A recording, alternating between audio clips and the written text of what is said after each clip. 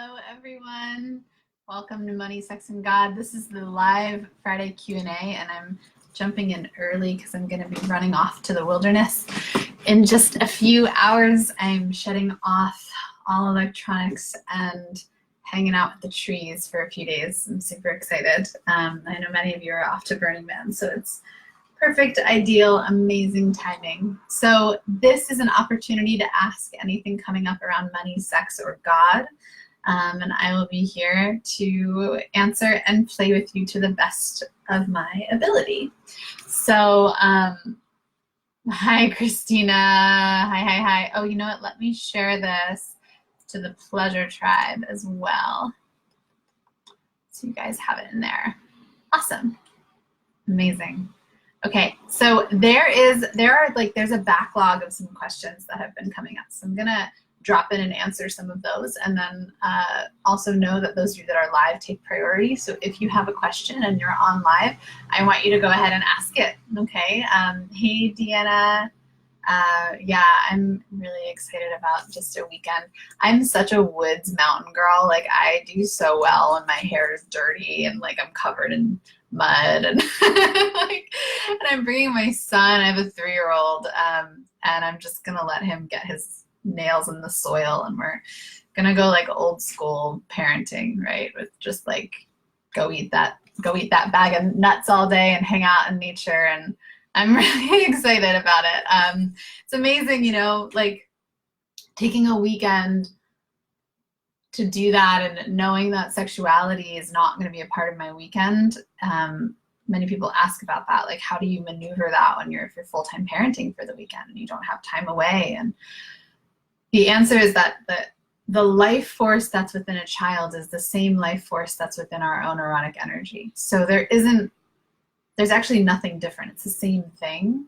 And so the play with my son is the same sort of play that I would have with a lover, right? It's just coded differently. It comes from a different part of my body, but it's the same life energy, right? So my mothering energy comes a lot from my heart space, and my sexual energy is lower and it moves through that way. But it's the same vibrational energy that wakes me up and connects me back to myself and back to my essence. And so in that way, it can be a very nurturing feeling to spend a weekend with a child in the woods. Okay, I've got other questions coming up here. Yay, woods, mountains, and babies. Yeah, exactly. So good. Question, here it is. I don't remember who asked this question. I think it was anonymous. Okay. The question was, if I have a core belief that I'm to be sexy, or that I'm a siren to men, that men are drawn to me for sex, but I'm not seen as anything else or can't be anything else, how does one honor their pleasure and their sexuality that screams devotion to myself so that I can repattern this effed up belief and actually have a sacred and sexy relationship that I want? Okay, so how does one honor, let me just read it again, make sure I got it in. How does one honor their pleasure, their sexuality that screams devotion to myself so that I can repattern this belief, I believe this belief that you have to be sexy or be a siren to men, and actually have a sacred and sexy relationship that I want? Awesome. So I'm actually going to answer this from my, all of the answers that I come through. I'm not a reader. I'm not one to sit and read. I don't sit and listen to lectures. I'm an experiencer. I've always been that. So ever since I was really young, I want to jump right in and learn through the experience of that thing. No matter how dark, no matter how juicy, no matter how taboo, I show up and I just experience life, and then I learn after, right? I tend to be that person who goes quickly into the things.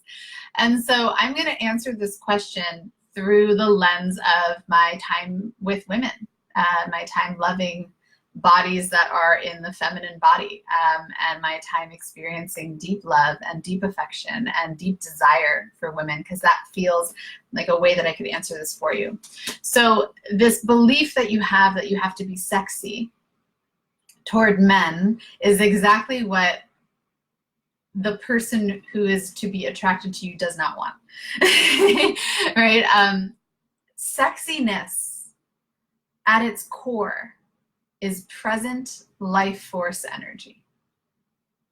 That's all it is. So it's that tingling, vivacious, guttural, powerful feeling that moves in and up through the body. It doesn't have to be super expressive. It could just be kind of vibrating inside, right? That's the magnetism. That's what Jessica Rabbit has. And I can't remember what that movie is, but the Looney Tunes movie, right? Like, that's what Catwoman has. She's got the seduction energy, but it's within her body, and she doesn't need to do anything with it, and she doesn't need to do anything to get it. It's simply who she is. It's simply her essence, right? And so in my experience of my own personal life of being with women and loving women, it's when that is turned on in another human. Roger Rabbit, thanks, Jacqueline. It's when that is turned on that, like, literally the gates of heaven open up. Like, and it's amazing to watch. And I've looked at this because, you know, just I come from I believe that there aren't really genders. Like, genders aren't really a thing. It's not really something we have to think about so much. But I do notice that the feminine, activated, erotic energy has this way of seducing and pulling someone in a way that the masculine does not. So, for example, when I find myself drawn in toward a woman, I literally, like, will chase that person down. Like, I'm gonna find them, right? When I notice myself drawn toward a masculine energy, I don't chase them down. It's a different energy, because there's something about a woman or a feminine body, a feminine essence in that full erotic energy where you're like, I actually don't know how to not chase this. Like, it's like zing, right? And you don't want to let it go, because it's life itself, right? The life comes from the feminine essence, and then the masculine then takes it on. So what I would do to answer your question about honoring your own pleasure and sexuality is, yeah, that's what you do. You find a way in which, this is through self-pleasure practice is how I find it, in which the way that you touch your own body, right? The way that you bring yourself to running orgasmic energy through your body is so deeply nourishing and satisfying that there's nothing to do anymore. So all you have to do to be the siren or to be sexy is to just show up, like walk outside on the street, right? Which is a lot. Some of you are watching who are my clients, so you can kind of talk about this in your own experience, but like, you walk outside with this beingness and people will be running behind you. Hey, what's your name? Hey, I want to get to know you. It might be sexual, it might not be. Hey, can we be friends? Hey, can I take you on a date? Oh my God, you're the most gorgeous being.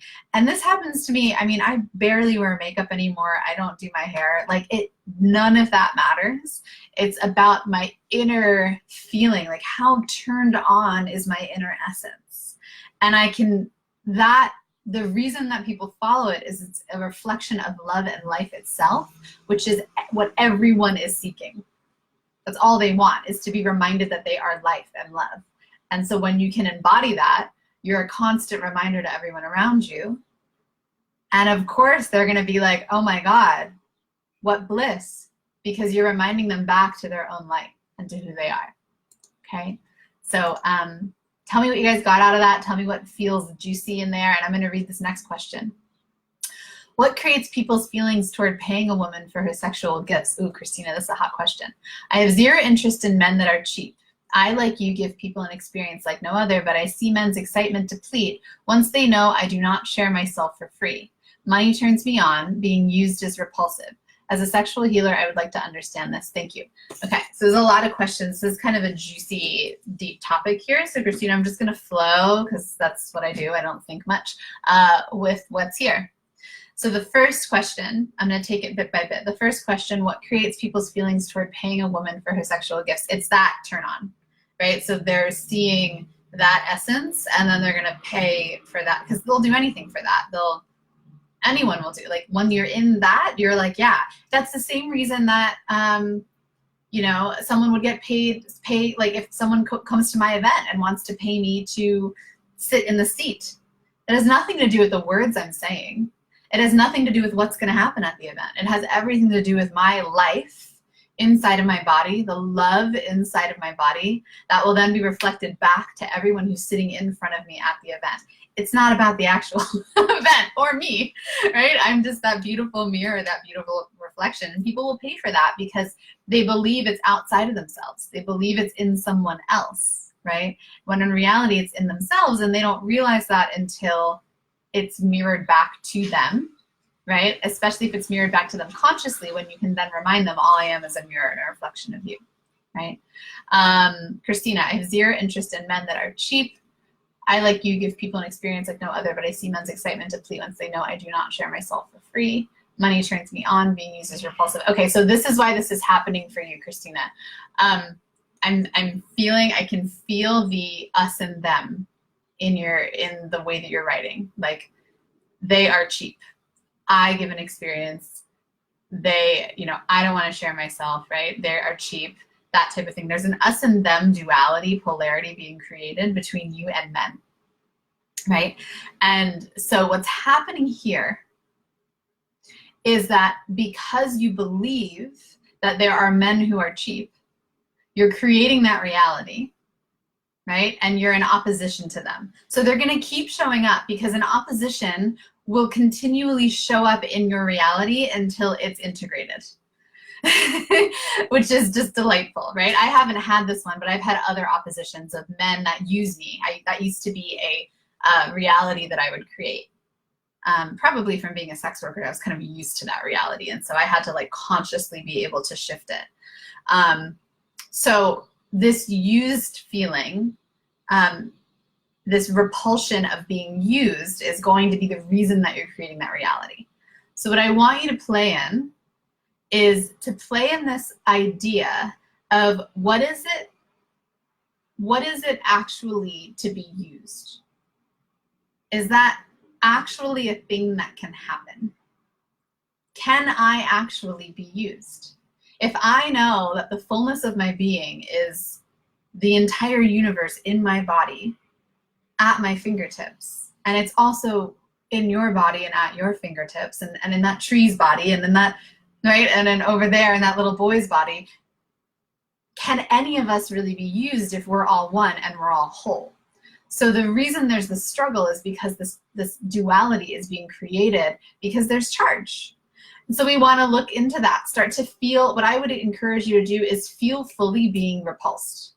Feel fully being used and let yourself really go there. Like, see if you can find like a submissive who can consciously, or a masochist who will consciously let oh wait, the other way around, sorry. See if you can find a dominant or a sadist who will actually consciously use you, right? And then what that will do is it will create that charge and duplicate it, and then it will dissolve. And you won't have the charge around being used anymore, right? So that's like one key. And another one is to just play with, like, can I ever really be used? Is this really possible? Okay. Once we recognize that we can't be violated, we can't be used, no one can drain our energy, then our energy is not going to be drained. Right? It's a reality. We create it within our own bodies. Okay. Yes, everyone wants to be reminded that they are life and love itself.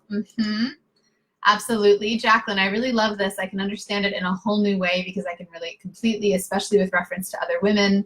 I feel differently toward women than men. Yeah, different energy, different feelings, different reactions, and actually helps me understand why I feel so fluid and who is attractive to me and who I attract. Yeah, because men and women, I mean, there's not really any difference. It's just that for whatever reason, it seems like feminine essence holds the life force in a different way than male essence does, and it could just be because we're playing in this game of duality on this planet. Not entirely sure. I've seen male bodies, masculine essence, hold the erotic energy. Let me rephrase. I've seen people with cocks hold the feminine life force energy in their body, and I felt myself go masculine. I felt myself creating like that masculine stability for their life force energy to twirl around me, and I've actually loved it. I've been super attracted to homosexual men, for example, if they have that feminine essence in there, I'm like, I'm right there. I'm ready to hold it. I'm like, let me chase you, baby. Like, I got you. So because the gender, it's just a game we can play in, right? We don't really need to be putting such labels and boxes on it. Okay, there was another question that I loved. I've got 15 minutes, so I'm going to answer this question. I love this question. This was from someone in the Pleasure Tribe. They said, why is it so hard to show up for my pleasure? Because our society is conditioned against it. So it's not your fault. It's not your fault. From the second that we're put on the planet, our society teaches us that pleasure is not okay. Pleasure is shameful. We can play, but only in these very small, right? Like these boxed times, these playtime, recess time, right? And then over time, that time falls away and it becomes about the head and the mind and how much we know. And we lose our sense of play, right? Pleasure is the same as play, is the same as presence. When you're playing as a child, you're in full presence. When you're in pleasure, you're in full presence. If you're having sex and you're not in pleasure, it's because you're not in presence, right? With what is right here. And that's simply because there are parts of yourself that you've been ignoring, probably for decades, that in that moment are distracting you because they want to be heard. Full sexual expression is about like, how much can I let those parts of myself come to bubble up to the surface and be heard and expressed? Once they are expressed, they fall back and they allow you to be present. So the parts of yourselves that are dirty or wrong or raunchy or shameful or dark or, I don't know, scared, anxious, not enoughness, when those parts of you come up in sexuality, what most of us do is we try to ignore them. We push them away. We're like, ah, right? And we're like, no, I have to be sexy right now. I can't have those parts because I have to be sexy. And the reality is that the sexiness is when we let those parts of ourselves come through. That's why kink is so fucking brilliant, right? Conscious kink, because we can play that. I can play the ashamed part of myself and I can eroticize it to let it, allow it to be here. You know, in tantric practice, I can be and then allow whatever shows up. Allow anger, allow sadness to be here and feel it fully through my body like a wave, right? The partner, if you have a partner, you don't need to, but if the partner is there simply to be a mirror to bump up against, right? You can also do this on your own. You can feel where you are and be your own partner. And in that, allow the parts of yourself that are not expressed to be fully expressed, which will then release all tension, all suffering, all pain, all seeking. It goes away once we've realized that we are everything and nothing all at once. Okay, so that's why pleasure is so tricky, because we've been seeing it in this way of seductive sexiness. And what pleasure actually is full presence that's achieved after allowing all parts of ourselves that are warring against each other to be shown and to be seen and to be here and to be loved and accepted, okay? Which is just so juicy. Okay, I got another fun question. And if you have any other questions, you can ask them. We've got 13 minutes left. Christina, your video after the rope date. Oh yeah, I did a video in the Pleasure Tribe about being tied up. If you're not in the tribe, you want to get in there. Made me realize for the first time in my life that I need and want a dominant. And now you've directly told me to explore that. Thanks, I'll report back as to how that goes. Yeah, have a great Woody weekend. Woody. Yeah, I think it would be beautiful for you with what you asked, Christina, to allow yourself to be led by this, like to allow your erotic energy to be present and fully here, and to allow all the parts of yourself to be seen in that experience, which a dominant holds really beautifully. I was, you know, when I was getting tied up, just the time that I did the video, I remember telling my dominant, I'm feeling not good enough right now, and I just cried, and he just held it. He just held space. There wasn't anything to do about it, and then we eroticized it, and that not good enoughness became silly and fun and playful and joyful and full of pleasure. So another question that I love. This is a great one. This is a situation that this person's been emailing me about and messaging me about and asking me about. So this is kind of like the end of the situation, or the last part of the conversation. They said, it's a woman, she said, my husband very much so wants to be dominated and is very strong in his feminine energy, but I'm so tired of having to be in the masculine, and I very badly want to be able to surrender. But unless I'm in charge or initiating or instructing, he won't even approach me. I'm just not connecting with him anymore. So first, I just want to feel that, like, be with you here.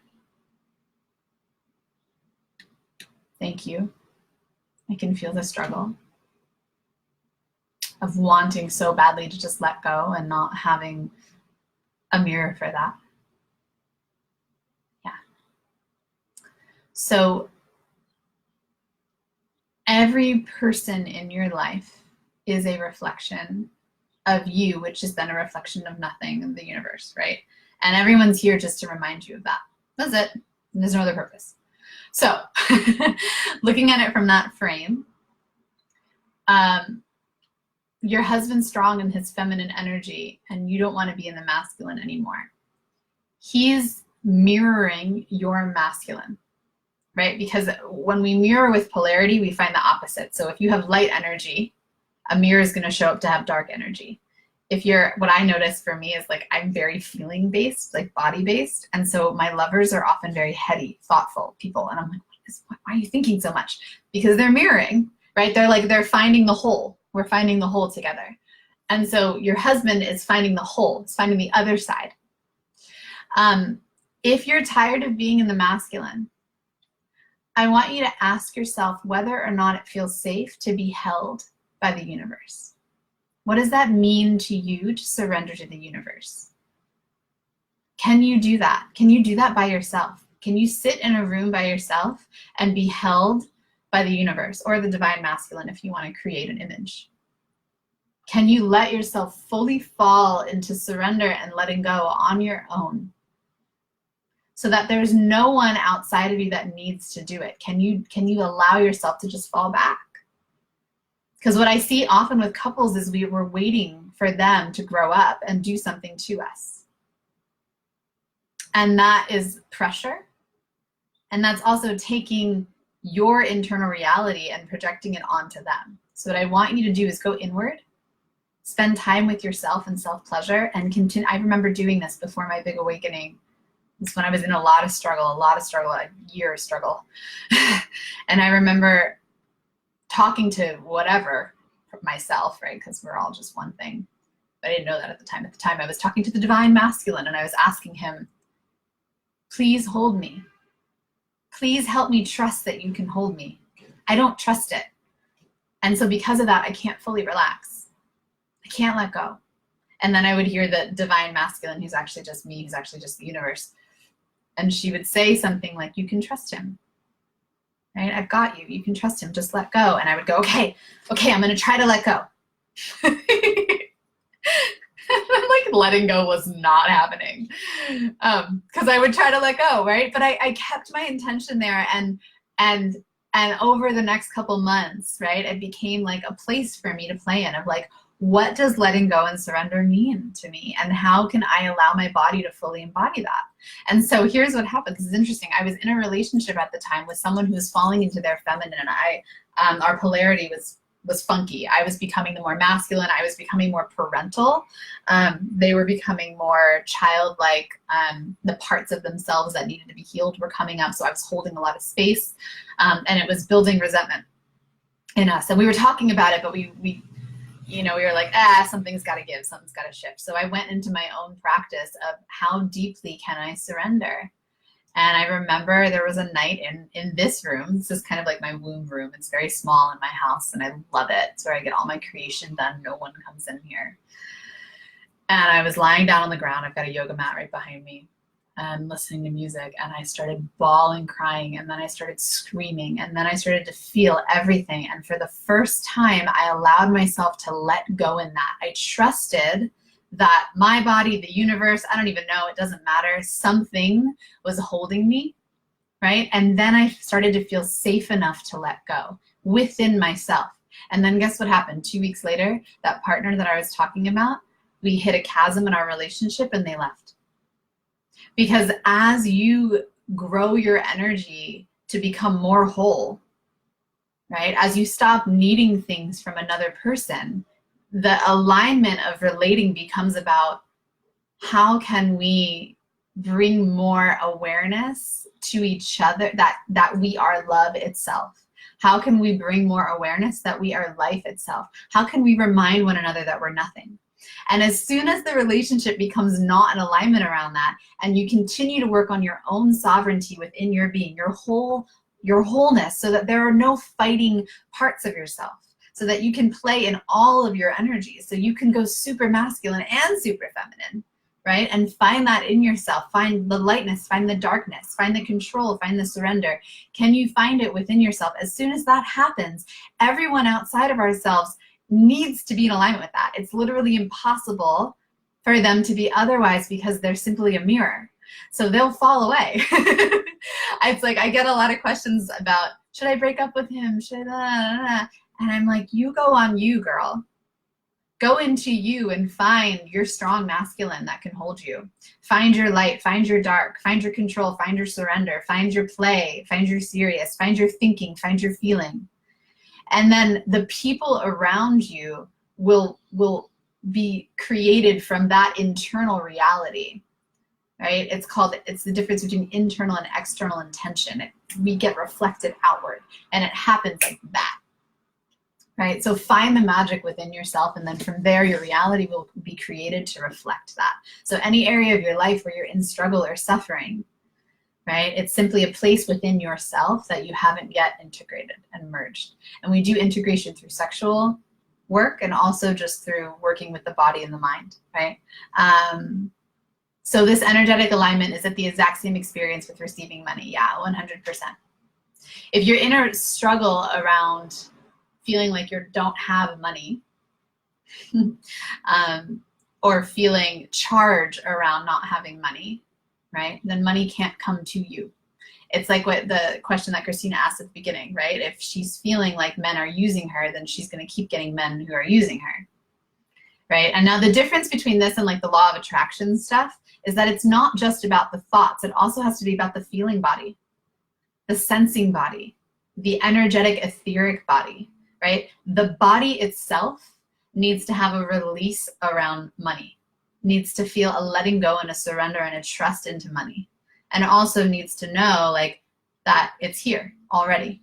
Because as soon as we want something, we're then seeking it, and then that thing is not ours, right? It's like outside of us, and we've created this duality of like me with money, me without money.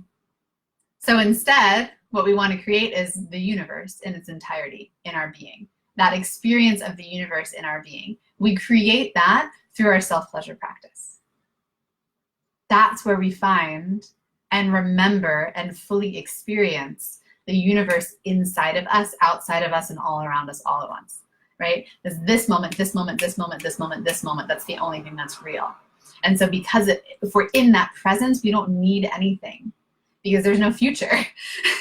There's no past, there's no future. And so if we're in that full alignment and that full presence, in 2 seconds, this happened to me a few weeks ago where I was feeling a little constriction around money, which is very interesting because it doesn't matter how much money you have, right? You can still constrict around it because it's a human experience. And I went into a self-pleasure practice, and I felt what it felt like to feel the constriction. I thought all the thoughts of fear around it, around money. I went into, feeling the emotion of anxiety, right? And then I said to myself, great, I've had all those things now. I've felt all those. Those have all come up. And then what was left was just orgasmic nothingness, like a dark void, right? From that place, I then created my reality, which was money's here. It is. It's all isness. Money is the same thing as that candy, is the same thing as that leaf, it's the same thing as your partner. It's the same thing. And so I just allowed it to be isness. And then whoosh, right? My external reality reflected that. And so time is also a construct that we can keep shifting. And whenever we need to shift it, we just come back to ourselves and go, I want to create a reality right now that's completely different than the one I'm already in. And you totally can do that. There's a misconception that time is linear and that we have to like wait to get to the place that we have to get to that we want to get to, right? Time is right. It's right now. Like there's nothing else but right now. So take a moment, be with your body, feel, think, emote, be in it, and then create from that space because you have the universe at your fingertips. Okay. Let me just read this last comment and then I have to read a few comments. Christina said, I see what you're saying. Men can be the protector and provider if I keep that type of thinking. Yeah, right? I will attract a higher quality client and love, you're so brilliant. Yeah, you already are attracting that. So once we have the realization, it's already started to just like dismantle itself. And so great. Yeah, once I release this thing around gender, like I'm getting like an amazing reflection of that and like the gender fluidity in my life pulling in. I'm not getting funky oppositions between men and women anymore. Like everything's just easy. Everyone just is. Like I don't need anyone to be a certain way. It feels really juicy. So same concept. Hi, Megan. Megan says, yes. Megan. Deanna said, yes, thank you for that note about time. Yeah, it's not real.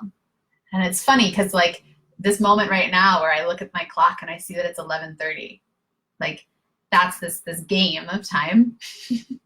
And so I'm gonna choose, rather than feeling constriction around like, shit, it's 11:30, I gotta run, I'm about to get on a bus to go camping for the weekend, gotta go pick up my son, right? I'm instead gonna go like, oh, the game of time is presenting itself. And that's arising. And maybe, oh, anxiety is presenting itself. Awesome. And I just feel it. How do I feel it? I feel it in my body, tingling tension, kind of like a swirling feeling in my stomach. And I allow it to be here.